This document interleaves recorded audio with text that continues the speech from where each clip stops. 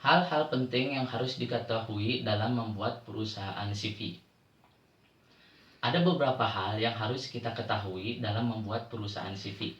Di antaranya yaitu satu, tentukan nama CV kita.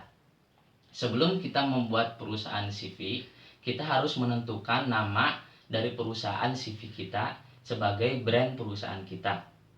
Nama tersebut bebas sesuai kreativitas kita. Tetapi perlu diingat bahwa nama perusahaan CV kita tidak boleh sama dengan nama lembaga-lembaga pemerintahan dan nama perusahaan-perusahaan lain yang sudah ada. Dan juga nama perusahaan CV kita tidak boleh mengandung unsur pornografi dan porno aksi.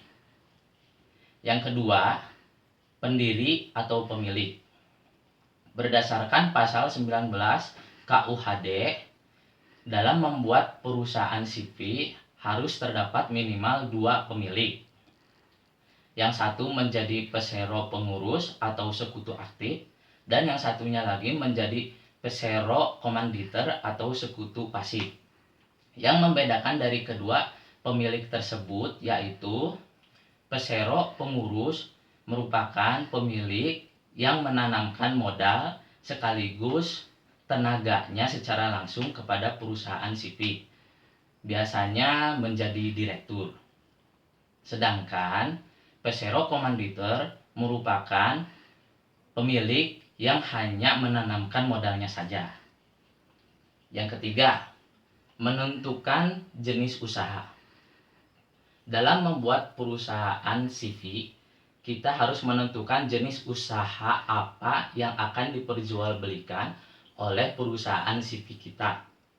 Misalnya, jenis usaha perusahaan CV kita bergerak di bidang pemasaran bahan-bahan kebutuhan sehari-hari misalnya. Dan yang keempat, menentukan kedudukan atau lokasi. Nah, kita juga harus menentukan lokasi perusahaan CV kita secara lengkap sehingga dalam pembuatan nanti dapat diterima oleh pihak hukum. Apakah akan didirikan di kota atau di kabupaten. Misalnya, kita akan mendirikan perusahaan CV di kota Bandung. Nah, kita harus beritahu secara lengkap lokasinya. Seperti kota Bandung di jalan mana, RT dan RW berapa, kecamatan mana, kelurahan mana, dan lain-lain. Selanjutnya, syarat-syarat dalam prosedur pembuatan CV. Ada beberapa dokumen yang menjadi persyaratan dalam pembuatan perusahaan CV. Di antaranya yaitu satu, adanya akta pendirian CV dari notaris.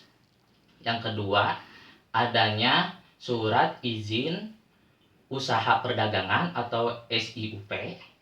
Yang ketiga, adanya nomor pokok wajib pajak perusahaan atau NPWP yang aktif.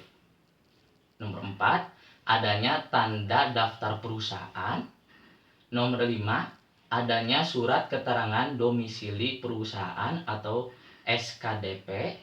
Dan yang keenam, adanya pengesahan dari pengadilan. Sekian, terima kasih.